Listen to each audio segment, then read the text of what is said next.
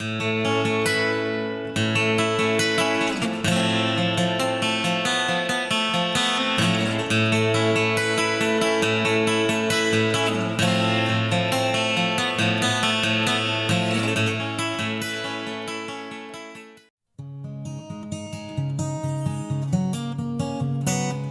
a bad policy in place, you can actually destroy a river system in 10 years, and when you do that you can't bring it back even in a lifetime. The public policy as it is now is not working for rivers.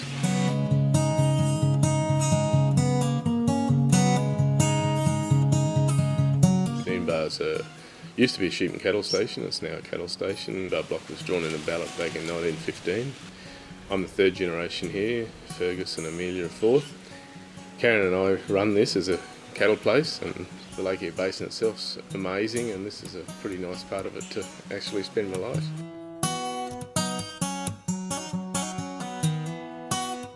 In the year I was born, the bridge was put across the river at Tarkham. Prior to that, the river could be cut in a big wet year for up to 6 months.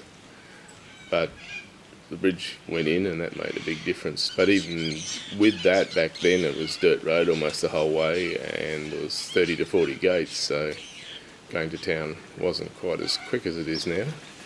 But you go back another generation to when my dad was growing up, and it was a 3-day buggy ride back then, so I wonder where we'll be in another 100 years.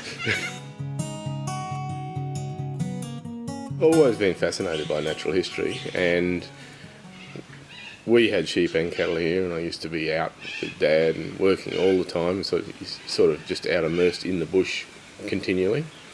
But combining that with natural history just fitted in really well, and I guess I never grew up when it came to natural history, because I'm finding it more and more fascinating the more I look at it. There's just so much work to do with regard to natural history, and I'll just use one example, but you can carry it over to a whole heap of different fields. But if you look at cicadas, somewhere over 200 species described in collections around Australia, in museums and universities and private collections, etc. There's something like 800 to 1,000 species sitting there, so we've got a large body of undescribed species. Here on Noonbah, I've been working on them for quite a number of years, and I'm up to 30 species here now, but of those, half of them are undescribed. And that's a large visible insect. So if you extrapolate that across a whole heap of different groups, it just shows how much we don't know.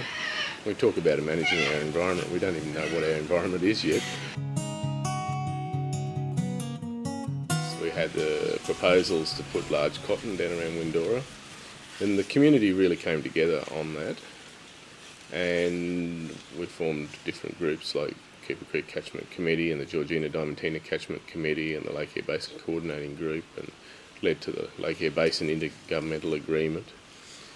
Through that I've been heavily involved in that for almost 20 years now, and it also gives you a platform to work from, so you can actually interact with policymakers, with politicians, with different state and federal governments, to actually allow the local community to have a voice in their own future.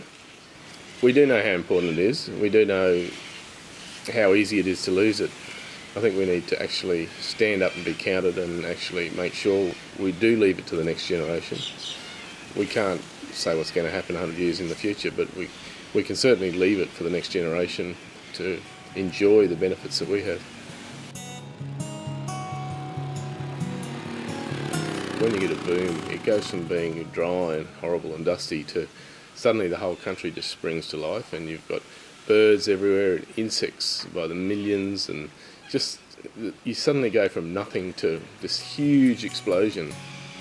What makes life worth living is friends and relatives and community and having a good environment to live in. So I think we're very lucky out here. We actually still have that.